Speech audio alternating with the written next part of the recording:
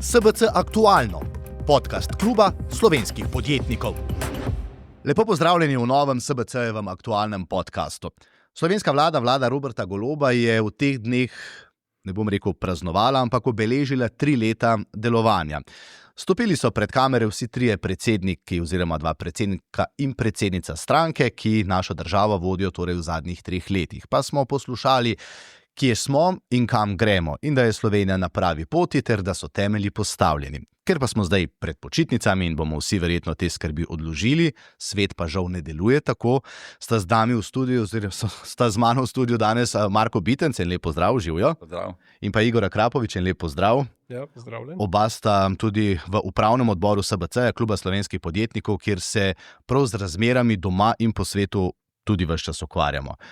Kdo bo prvi, ki bo odgovoril, kakšne pa so trenutno razmere v svetu? No, lahko jaz odgovorim, da so zelo kompleksne. Ne samo kompleksne, komplicirane in podjetniki se res moramo prilagajati in ukvarjati, bom rekel zdaj tudi mogoče, če se ozremo v Ameriko, no, dnevno spreminjajočim se pogojem, na katere se je treba seveda včasih tudi odzivati, včasih je treba samo počakati. Ampak ključni problem pa mislim, da je tudi okolje v Evropi, ki pač neminovno je v zatonu, ker dejansko je bila ta politika, ki smo jo vodili mogoče zadnjih 10-15 let in tudi te voditelji, ki so bili in so pravzaprav še ostali, so nas pripeljali do tega, da smo popolnoma nekonkurenčni, rekel samo Kitajski, ampak dolgoročno tudi Ameriki, ki pač ima nek drug sistem, bom rekel, upravljanja in načina delovanja.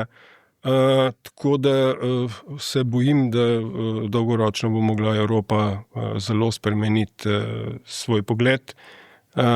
Predvsem bo treba pa več delati, ker se mi zdi, da tako kot smo včasih govorili, da je delo vrednota, pa kdor ne dela naj ne je, ali pa delo časti in oblast, zdaj to delo pač ni več cenjeno. Mogoče se nekaterim gre samo še za oblast. Dobro izhodišče ste mi dali. Ena od besed, ki sem jo včeraj poslušal na tej novinarski konferenci, je bila, da so smer Slovenije odpeljali proti svobodi. Saj ime tudi stranke Svoboda, ampak oni so vendarle prevzeli vlado po vladi Janeza Janše. Marko, velikokrat govorite o bistvu demokracije, o tem, kaj pravzaprav družbo tudi dela uspešno. Kako vi vidite ta prehod od tiste vlade, ko smo imeli na primer covidno krizo, pa Janeza Janšo, pa zdaj kriza v Ukrajini, energetska kriza, no zdaj pa v resnici ekonomska kriza in nek nov moment z Donaldom Trumpom, pa s to nekonkurenčnostjo in pa svobodo, na primer, ne? Ja, dobro vprašanje, za odgovor bi trebalo kar precej časa, bom skušal spontano razviti nekaj svojih razmišljanj. Zdaj, če začnem COVID, vojna v Ukrajini, tu je bistvena razlika, ne. Ukrajino mi posredno čutimo, ne, COVID smo čutili neposredno. Jaz osebno sem bil zelo globoko vpet v COVID krizi, pri delu v svetovalni skupini in to, kar pozabljamo, je to, da dejansko COVID je bilo nekaj novega, nek nov moment, ne samo v Sloveniji, ampak po celem svetu. Ni bilo recepta, kako se pravilno odzvati. Praktično so vse države eksperimentirale, a ne. Mi, nažalost, nismo glede števila smrtnih žrtev, nismo dobro prešli te krize, imeli smo več žrtev, kot si bilo potrebnih, ampak spet glavni razlog, lahko zdaj z časovne distance povem, vidim v tem, da če v krizi politika ne stopi skupaj enotno, ampak izkorišča krizo za razkol naroda, sveta potem ne more biti rezultata. Mi imamo zgodovinski spomin in zgodovinsko izkušnjo, da smo bili uspešno edino, ko smo stopili skupaj, to je bilo čas osamosvojitve. Nažalost, vse nadaljne krize, pa govorim tako ekonomskih, v obdobjih recesije, pa na primer COVID, niso bili dovolj močen razlog za odločevalce, da bi stopili skupaj v interesu naroda. Če govorim zdaj o mojem pogledu na globalno situacijo, lahko zelo na kratko rečem, da to, kar se dogaja z redistribucijo moči in z organizacijo svetovne politike ali pa ekonomije iz nekega močnega multilateralizma, ki so ga uspeli voditelji najmočnejših držav razviti po drugi svetovni vojni, smo zdaj v novi situaciji. Ključni razlog, da smo v taki situaciji, vidim v človeški duši, ki ima še vedno prepogosto glavno gonilno silo pohlepa. In mislim, čeprav sem kirurg, nisem gospodarstvenik ali ekonomist, si drznem reči, da je to, da je Kitajska in Azija tako močna, je rezultat pohlepa zahodne civilizacije zaradi kratkoročnih velikih zaslužkov in marša, so brezkompromisno selili proizvodnje v Azijo, zlasti na Kitajsko. Vemo pod kakšnimi pogoji, že takrat, da Kitajci so vedno ostali v 51% lastništvu vsakega podjetja, kjer je šlo za mešano investicijo. Tako so v bistvu na zelo pocen način dobili Kitajci znanje, know-how o dizajnu, o najsodobnejših inženirskih tehnologijah in vsega tega. Prevzeli, seveda, proizvodnjo večine dobrin, ki jih dnevno uporabljamo. Vse veste, da so le trgovine v Ameriki praktično v enem tednu prazne, ko je Trump napovedal carinsko vojno, in to samo zato, da so v bistvu kratkoročno povečali donose, nihče pa ni mislil v zahodni civilizaciji, kaj to pomeni na dolgi rok. Mi vsi vemo, da je tudi seveda pogled na socialno državo je v naši zahodni civilizaciji popolnoma drugačen, kot je v Aziji. Oni nedvomno bodo rastli, pri nas bo socialno blagostanje padalo, še povečevale se bodo razlike v življenju blagostanja, in seveda, če ne bo proizvodnje ali pa če že ni proizvodnje produktov, ki dajo edini temelj, to je pa podjetništvo za socialno državo, kajti edini dobičkonočna podjetja dajo lahko v proračun sredstva, ki zagotavljajo močen javni sektor, solidarnost, vzajemnost. To me skrbi, da za naslednjih nekaj stolet pada in da tukaj ni več možno reverzibilno popraviti posledic teh kratkoročnih pohlepov, da so v bistvu vse preselili, kar je pomembnega. Tako da sem jaz zaskrbljena. Skrbi me seveda ne toliko Slovenija, skrbi me izpostavljenost Slovenije, kajti mi vsi vemo zgodovinsko, da kadarkoli je prišlo do gospodarske nestabilnosti, temu sledila politična nestabilnost, vedno so porastli radikalizmi, ali desni, ali levi, brez razlike, in taka majhna državica, kot je Slovenija, bo takrat seveda izpostavljena. Ne bo izpostavljena do Rusov, ampak do bolj neposrednih okoliških narodov, in mislim, da v Sloveniji tudi zaradi tega, ker ne jemljajo naši politiki demokracije na pravilen način, ko bi iskreno dobronamerno z ustrezno etiko komunicirali in iskali, ne glede na svetovno nazorsko opredelitev, najboljše rešitve,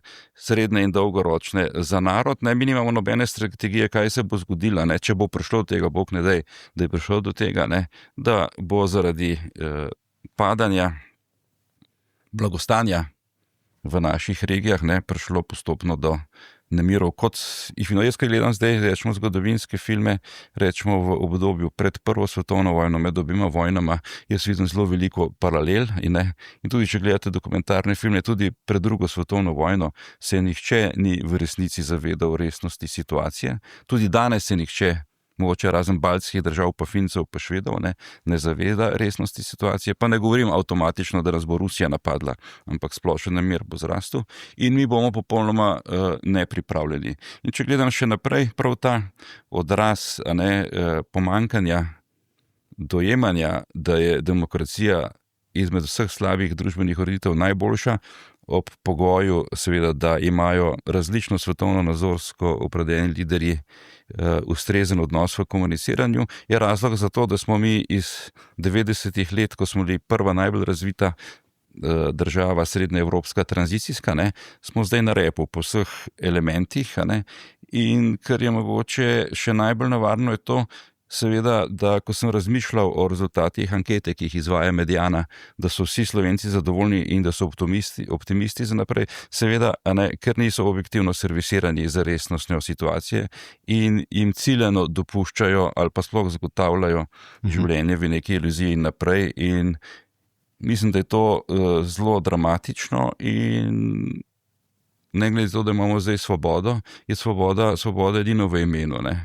Besede so najbolj nevarno orožje bolj od vsega jedrskega orožja, kar jih pozna človeški rod, in tukaj je le samo za besedo, ne, če pogledamo, kako se ta beseda slika v dejanja, je pa to daleč od pomena te besede. Jasno, za vso mašinerijo se da vzdrževati, ne, tako močno iluzijo v narodu, da je to res svoboda, ampak mi smo v tej svobodi nazadovali. Ne? Če mi gledamo v klubu slovenskih podjetnikov, kot smo zapisali, jaz se pravčujem, Igor, sem čisto prevzel besedo, če smo mi zapisali, ne, v našem manifestu, ne, da menimo, da je država okolje, ki mora vsakemu posamezniku zagotavljati pogoje, da bo v največji možni meri manifestiral vse svoje potenciale in seveda poskrbela za tiste, ki teh potencialov nimajo ali pa so sploh hendikepirani, ne. Mi smo na tej poti stagnirali, ne. To se pravi, imamo čedalje bolj preveč hiperregulirano državo, kjer se svobodna podjetniška pobuda ali pa pogoji za razvoj svobodne podjetniške pobude na številnih področjih, ne, seveda te pogoji se poslabšujejo in se bodo še naprej poslabševali in seveda to nas bo konkurenčno v regiji, v Evropi ali pa tudi globalno seveda odpeljalo še bolj stran od tistih, ki so. Se pogledamo samo v neposredno okolico, širšo okolico in vidimo, kaj se dogaja. Številke pa vse povejo. Ne? Jaz sem v bistvu naravoslovec, ne? In zame so te številke, ki jih zdaj prikazujejo evropske ali pa tudi naše republiške inštitucije, to zame isto kot laboratorij. Če jaz pošljem bolnika na analizo krvi, pa dobim, seveda temu verjamem. Ne? In ne skušam z nekimi iluzijami ali pa mahinacijami interpretirati, da se ni tako hudo, kot je. Ne? Pač to je diagnostika. Ne? Ja, sej pri teh številkah je pa res, ne? Zdaj smo v zadnjih 2-3 tednih dobili nekaj teh številk, ki so alarmantne, ne glede na to, kot si rekel, Marko, da se nam zdi, da dobro živimo, ne? In to moramo priznati Slovenci, načeloma živimo dobro, gremo 3-krat na dopust, imamo lepo državo in tako naprej, ampak potem, na primer, Evropa reče največji padec BDP-ja od vseh evropskih držav. Včeraj je Nemška gospodarska zbornica, se pravi ne SBC, ampak Nemška gospodarska zbornica pri nas izračunala, kaj je narobe, da smo bili lani prva destinacija za investicije tuje pri nas, ne, se pravi, da so Nemci nas Slovenijo prepoznali kot najboljšo destinacijo, zdaj smo pa v enem letu nazadovali na 9. mesto in razlog je bil prav neprimerna davčna politika, ki se ves čas spreminja, potem pomanjkanje delovne sile, birokratizacija, potem dodajam pa še to Hrvaško, Igor, ves čas, enkrat smo že tukaj govorili, ne, Hrvati pač so za nami, capljajo za nami, vemo, kakšen je njihov življenjski standard in se borijo, da bi nas ujeli in kar naenkrat so zdaj postali tudi destinacija, ki vabi slovenska podjetja tja, potem pa slišimo, ne vem, predsednika vlade ali pa finančnega ministra, češ, ja, če je pa tako, pojdite pa v Bosno, se je še bolje, ne, ta neresnost ob resnih številkah in ta napačen message, ne, se mi zdi res napačna stvar za prihodnost. Saj te stvari se računajo na dolgi rok. Vi ste v podjetju, vi računate, vi ne samo, da Marko je rekel, sem naravoslovec, ampak vi pa še ekonomsko pogledate na dolgi rok, verjetno ne zgolj na novo vlado, ampak nek dolgi plan. No, mogoče bi se jaz navezal še na prvo temo, ne. Ta pohlepnost menedžerjev in tega načina outsourcinga, ki se je dogajal po celi Evropi pa Ameriki, ne, kako bodo pač prišli do poceni, bom rekel, produktov in dejansko je v znanje vsa tehnologija pač šla v tistem trenutku, se bo mogoče zadnjih 10-15 let na Kitajsko, ne. Oni so izjemno napredovali in da se nekako ugotavlja, ne, da pač, recimo, jaz sem konkretno v avtoindustriji, da so prišli do tega, da imajo dobavitelji, recimo, da 58-60% vseh, bom rekel, intelektualnih pravic pri proizvodih, ki jih pač tovarne delajo in potrebujejo, in posledično je iz tega prišlo zelo velik pritisk tudi na dobavitelje, da bi nam nekako probali vso to intelektualno lastnino odvzeti. Je pa dejansko, da je v Evropi zdaj nastopila kriza in posledično seveda zdaj poslušamo tudi glede energetike, ko v naslednjih nekaj letih ne bo šla cena elektrike gor, ne za gospodinjstva, ne za gospodarstvo. Verjamem, da je to res, v času krize je poraba elektrike manjša, mi smo zaprli tam Talum, ki je bilo celo, ne vem, 7% slovenske elektrike, je samo ta pač Talum proizvodna aluminija porabo. Verjamem in upam, da se bo pa ta trend obrnil in potem bo tudi slika tega, bom rekel, to, kar nam priporoča uvožene elektrike, popolnoma drugačna. Kar se pa tiče vašega vprašanja, ne, je pa zelo zanimivo, ne, ker dejansko se ta, bom rekel, eksodus dogaja že tretjič. Ne. Prvič po vojni, ki je šlo dobršen del prebivalstva, predvsem tistih sposobnih z določenimi znanji v tujino, ampak dobro, to so bili tisti časi. Ne. Po drugi svetovni vojni, ja. Drugi eksodus se pa zgodil tam od 72. do 74. leta, pač, ko so nekako Kavčiča 72. leta odstranili zaradi pač afere, ki so mu takrat najbolj namestili. Se je potem politika do obrtnikov spremenila in mi konkretno, moja družina, smo tudi se v tistem času, mislim, da je bilo 74. selili na Hrvaško, z nami pa tudi nekaj 100 drugih obrtnikov, predvsem Buzet, ne vem, Obravac, Benkovac, Buje. In takrat je Slovenija izgubila kar veliko. Ne. In zdaj, kot gledam tretjič, ne, to zadevo, bom rekel, tudi za nekim navdušenjem, navdušenjem naših politikov, ki rečejo, pa pejte ven, ne, sej, če je tam bolje, ne, potem sem res lahko globoko šokiran, nisem pa presenečen. Ker moram reči, da že ko sem se vrnil iz Hrvaške, tam leta 89, pa začel svoj podjetje v Sloveniji, že takrat sem imel neke svoje rezervacije in sem določene stvari, rekel tudi v samem podjetju, kar se tiče intelektualne lastnine pa ostalih zadev, tako napeljal, da sem recimo na bolj varni strani, kot bi lahko bil, s tem, da je to za mene recimo osebno dražje, ne? Ampak sem pač, bom rekel, nekako bolj siguren.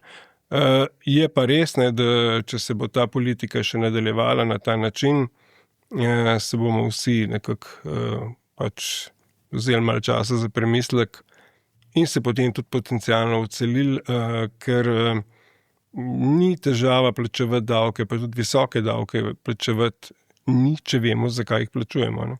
Če pa za te davke pravzaprav ne dobimo nazaj nič, ne, pa ne samo nič, ampak tudi neko sovražno okolje, kjer nas neprestano napadajo, ne, potem se pa vprašaš, zakaj pravzaprav tak sistem hraniš. Ne. In dejansko to je eno tako vprašanje, s katerim se bomo soočali, jaz mislim, da pred naslednjimi volitvami. A lahko zdaj vzamem eno vlogo, ki jo sicer ne bi, ampak minister za finance je na tole, kar ste zdaj rekli, odgovoril, to mantro poslušam že 3 leta, ne, s to Hrvaško, in je res dal vedeti, da ga to ne skrbi. Včeraj, na primer, sem poslušal pa finančnega ministra, gospodarskega ministra, ne, ki je dejal, da on ves čas ima ta kontakt, to neko pogovorno okno z gospodarstvom, celo obrtnike so omenjali, predsednik vlade je rekel, da so obrtniki se še posebej pogovarjamo. Česa torej ne razumemo, ne vem, vsi ostali, ko to gledamo. Ne? A je to mantra, ali je ta pogovor, ki na koncu ne pripelje do nobenih rešitev, ali nočejo slišati, ali je tako težko ugoditi zahtevam, ki jih gospodarstveniki imate? No, zelo konkretno, tukaj gre po moje za neko politično prerivanje, ne. Dejansko mi imamo z ministrom Hanom kar dobre odnose, ampak z njim smo tudi delali na tem projektu možnosti izplačevanja dobička zaposlenim pod enakimi pogoji, kot jih imamo mi, lastniki, ne. Ampak dejansko se je to stavilo na Ministrstvu za finance in jaz samo upam, da bom rekel, glede na to, da imajo samo še slabo leto, ne, do naslednjih volitev, saj ta projekt speljan do konca, ker bo to mogoče edina pozitivna zadeva, ki bo v 4 letih narejena. Tako da to je moje upanje in upanje umre zadnje. Marko, ko rečemo, ne, davke plačujemo zato, da imamo tudi takšno državo, kot jo imamo, da dobimo kaj nazaj.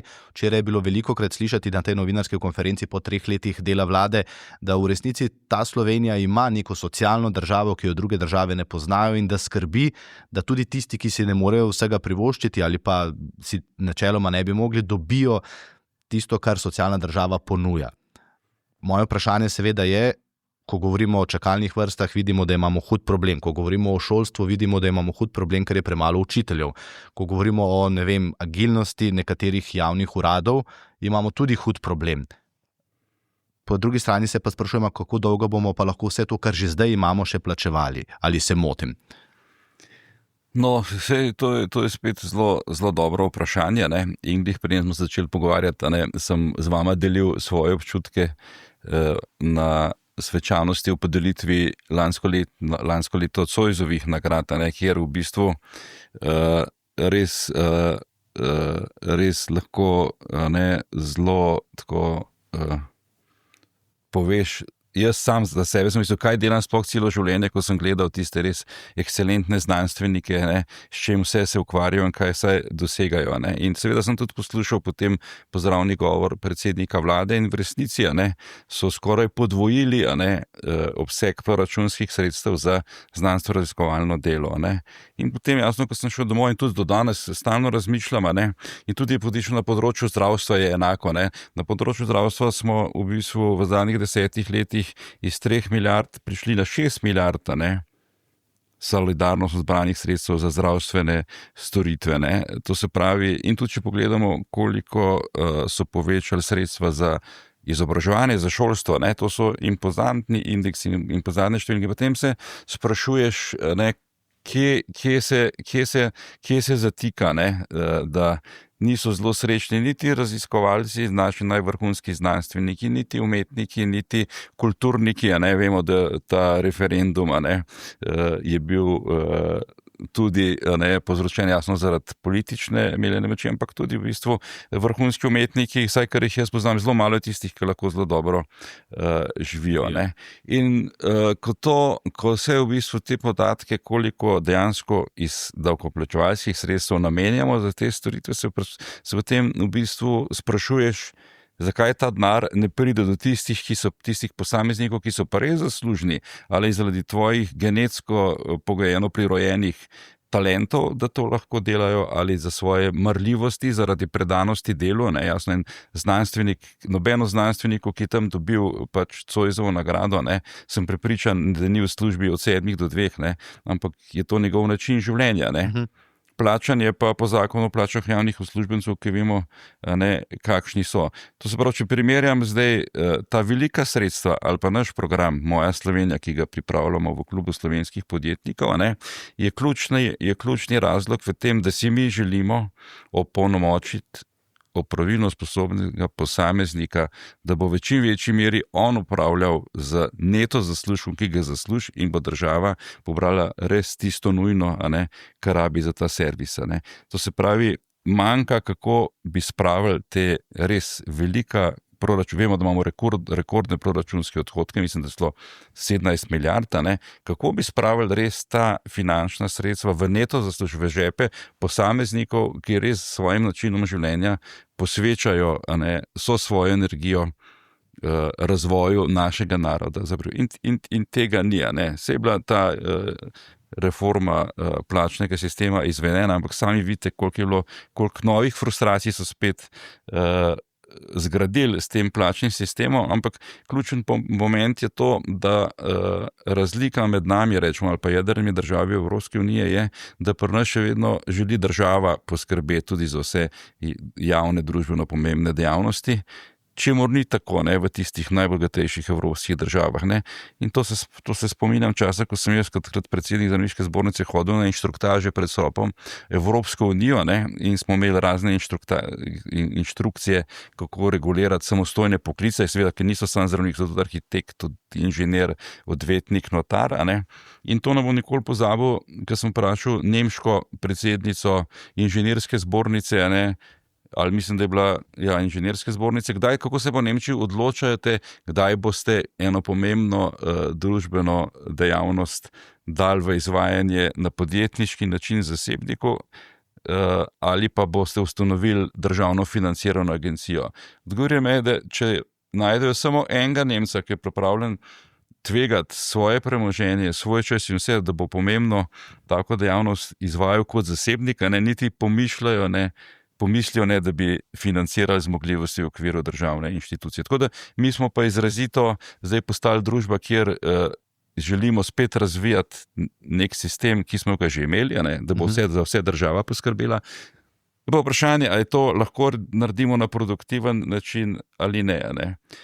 Tako da se vrnem na izhodišče, ne, ob teh res razkošnih javnih finančnih sredstvih, ki ne bi skrbeli, a ne, za najboljši možen javni servis od rojstva do smrti, a ne, lahko vsak od nas treh ali pa tudi v svojih družbah vidimo, kaj se res zgodi. Naprimer, jaz imam 92 let starega očeta, ne, niti v sanjah ne pomislim, da ga bom dal v katerokoli državno ustanovo, ampak bom sam za njega skrbel, ker si po 92 letih ne zasluži, da gre nekam. Zakaj zdaj je tam toliko, kot je? Ne glede na obsežna finančna sredstva, niso spostavili stimulacij poslovnih procesov in s to, da bi dobili dovolj izvajalcev, to se pravi zaposlenih, ki bodo to izvajali. Ne? Tako da mi obremenjujemo z davki in prispevki na zalogo, imamo razkošna finančna sredstva, se mi zdi pa, da neke nevidne sile ciljeno pišejo zakonodajo in podzakonske akte, da ta denar ne bi v preveliki meri prišel v neto evrih v žepe posameznikov, ki posvečajo svoje življenje. In to se mi zdi, da je tak ključni element, kjer zdaj Slovenci izstopamo.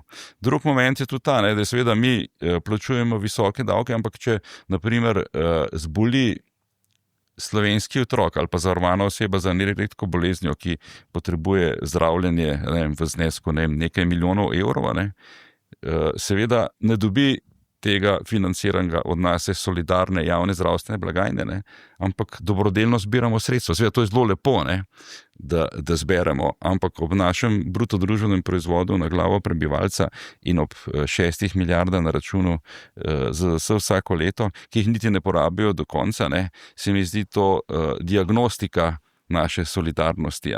To se pravi, mislim, da smo mi tako bogat narod, da nobenemu ne bi bilo treba plačati nič žepa, če rab še tako draga zdravljenja in ne bi rabili niti enega brezdomca, ki nima kje živeti. Pa imamo tako brezdomce, kot imamo, rečemo, redke posameznike, ki v popolnoma solidarnostnem sistemu lahko grejo na uspešna zdravljenja, le če se Slovenci angažiramo, ne glede na to, da itak mi te isti Slovenci že plačujemo davke in prispevke. To je nekak diagnoza. Ja, omenil si rekordne izdatke, tudi rekordni prilivi so, hkrati potem, ko reče padec BDP-ja, pomeni, da bodo te prilivi vendarle manjši, tega se moramo zavedati, o manjših odhodkih se pa ne pogovarjamo. Danes zjutraj, na primer, sem slišal ves čas, ker smo seveda zdaj v Evropski uniji, ker imamo vojno na pragu, pa še ameriški predsednik zelo pritiska, da bo treba dati več tudi za vojsko. Morda še ena zanimivost, ti, Marko, si dobro omenil, imamo zdaj to zakon o dolgotrajni oskrbi, pa nimamo ljudi in ga ne moremo izvajati, denar bomo pobirali. Tukaj bo pa zelo enako, tukaj bomo najprej dvignili na 2% BDP-ja, na 3%, nekateri bi radi, da bi kar že do 5% prišli, ampak mi pa naprimer vojakov sploh nimamo, pa najdemo neko novo rešitev, bo pa to okrevanje, bomo pa kakšno cesto zgradili.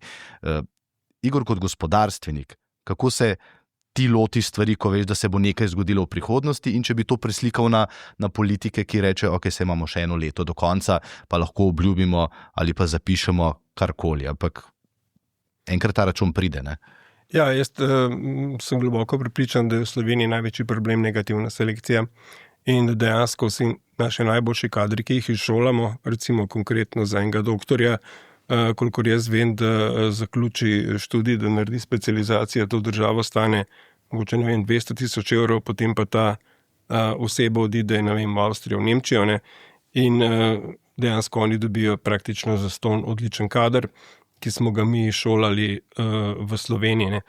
In to se dogaja že leta. In dejansko to, kar imamo v Sloveniji, so pa pač neke mreže, ki se med sabo nekako ali tolerirajo, ali si dopuščajo določene stvari.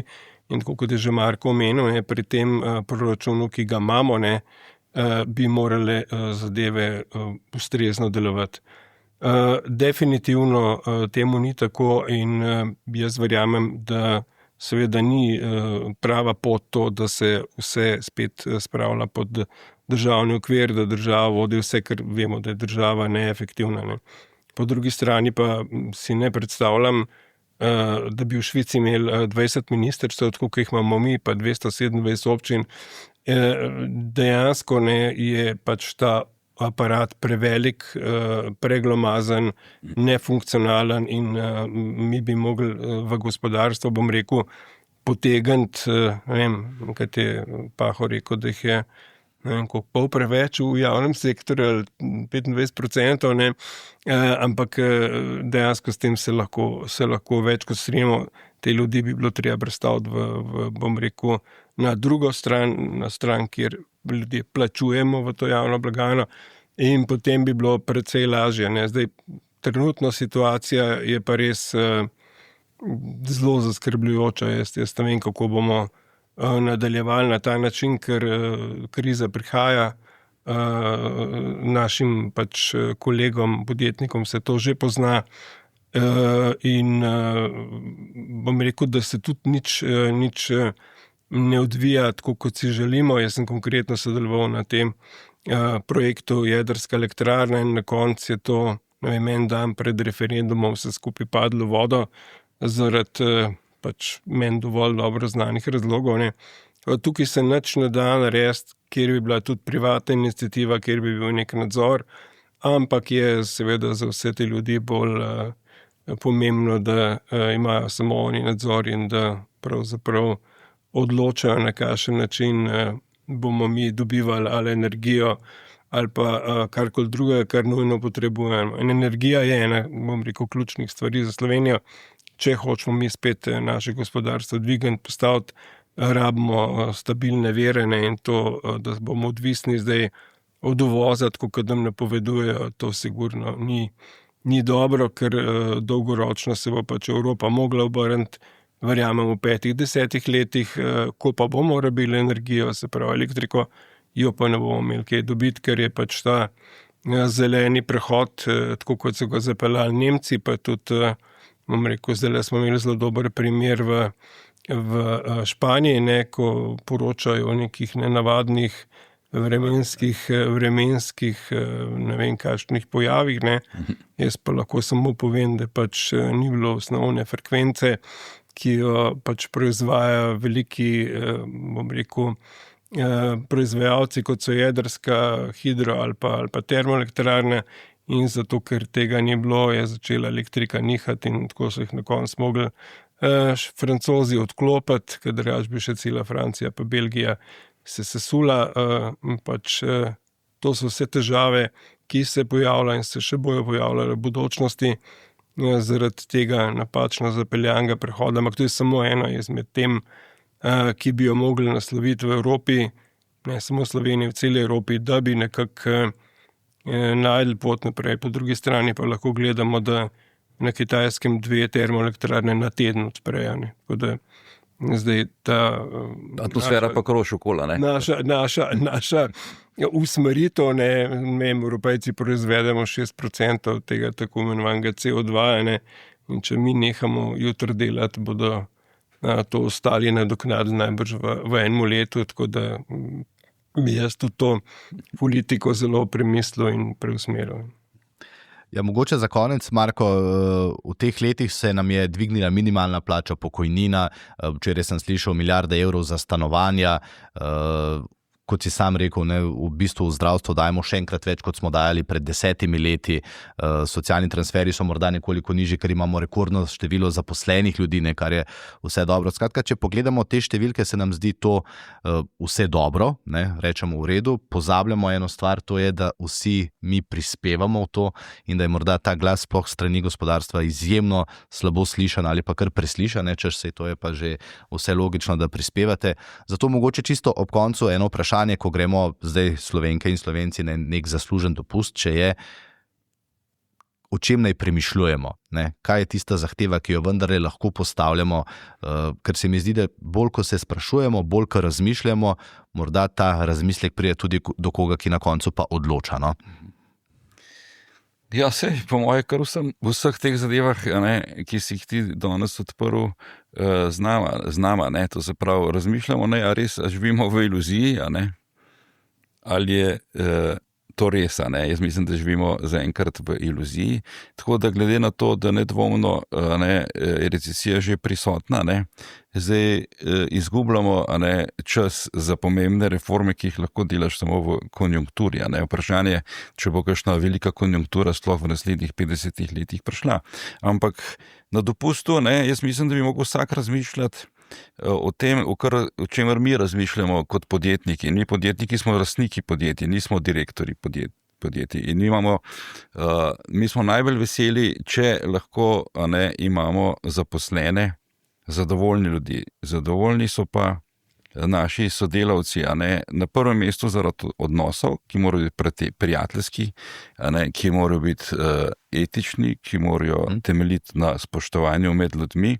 In zdaj že te zaposleni gledajo v socialnih celicah, ki vodijo našo državo, da se med seboj tako ne obnašajo, potem ne razmišljajo o tem, a bi želeli imeti take na svojem delovnem mestu, v svojem podjetju.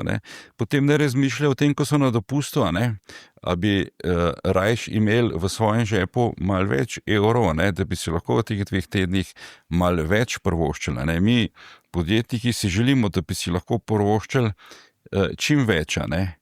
In problem je, da mogoče v zadnjem času že gledajo plačilne liste, da točno vejo, kam gre pomemben del denarja, ki ga oni zaslužijo, da ga vzamejo na podlagi zakonskih in podzakonskih aktov, tisti, ki vodijo našo državo. Mi smo zračunali v klubu slovenskih podjetnikov, da za neko povprečno nerazkošno življenje 4-članska družina potrebuje 4 do 4.500 evrov neto vsak mesec v žepu, da se pa ob pogoju, da že imajo hišo ali stanovanje, ali pa kar normalno življenje. Če pogledamo zdaj neto plače, je situacija taka, da neto plača je približno polovico bruto plače, in če pogledamo zdaj to razporeditev, vemo, da ima v bistvu nad 4.000 evrov bruto plače dober procent slovenskih delojemalcev, neodvisno od tega, ali delajo v javnem sektorju ali pa v zasebnem sektorju pri podjetnikih. To je samo 1%, da je večina porazdelitve teh bruto plač, v 80% je do 2.000 evrov bruto, kar je približno 1.300 evrov neto. To se pravi deleč od 4.500 evrov neto od obeh staršev, pa če imajo še 2 otroka. Tako da mi si želimo prizadevati, da zlasti ob bodočih obdobjih konjunkture, ko vemo, da v bistvu ne glede, kako rastejo proračunski prihodki, vedno malo hitreje rastejo tudi odhodki, da se en del teh odhodkov odpiše in se jih preusmeri v povečanje neto plače vsakega posameznika. Torej, tako je rekel Igor, mi si želimo, da si vsak naš zaposleni, če dobro dela in če prispeva k rasti naših podjetij, da služi v bistvu neto denar, neto nagrado, po enakih pogojih, kot si jo lahko izplačamo podjetniki si v glavnem ne izplačujemo, ker ta denar vlagamo v razvoj, da bomo imeli nove zaposlene pa nove produkte. In to je tista prava svoboda. Svoboda, da živiš v svobodi in da tudi svobodno razpolagaš s svojim zaslužkom. To, da ti polovico tvojega zaslužka odzamejo tisti, ki upravljajo državo, to zame ni svoboda. Mi vemo, kje smo tukaj in o tem ne razmišljajo, kako bi lahko uživali na teh 2 tednih dopusta, če bi imeli 30% višjo neto plačo, kot imajo danes. Se pravi, je naš cilj večji. Mi želimo pripraviti nek sistem, kjer bomo se borili za to, da za 100% povečamo neto plače vsem zaposlenim, neodvisno tega, so v javnem tekstu. Seveda je to težko izvedljivo, ker smo tako zapufani, ampak kjer je volja, tam je vedno tudi pot. Jaz bi samo to rekel, da se tudi navezal na Marko, mi si vsi želimo povečati neto plačo, vsekakor ne. Samo verjamem, da se bomo mogli tudi malo Slovencev gledalo pogledati pa reči, da bo treba bolj in več delati. Ker to, kar se dogaja zadnja leta, ta absentizem je v takem porastu v vseh podjetjih, tudi Marko ima iste težave. Poglejte, včasih smo imeli, 5-6% bolniških, recimo 15-20 let nazaj, zdaj pa govorimo o, 9 do 12% bolniških. In dejansko tako enostavno prideš pač danes, če imaš otroka bolanga ali pa karkoli, mislim, bolanga, če ga imaš res bolanga, nekaj drugega. Ampak teh petkovih, ponedeljkovih, bom rekel, bolniških je ogromno, ne? In ko to traja dalj časa, potem pač veš, kaj se dogaja. Zanimivo pa to, da se tudi sodelavci na to ne odzovejo, ne? Na koncu oni morajo upravljati delo pač teh ljudi, ki jih ni, ne? In Evropa, ne, glede na to, da zgublja konkurenčnost, bom rekel, po vseh parametrih, bo mogla spremeniti odnos do dela, ne? In to je nekaj ključnega in zato bo treba narediti kar nekaj, bom rekel, sprememb po mindsetu ljudi, kajti edino tako bomo lahko preživeli bom rekel, v tem res trdem svetu, kjer se vsak bori za sebe.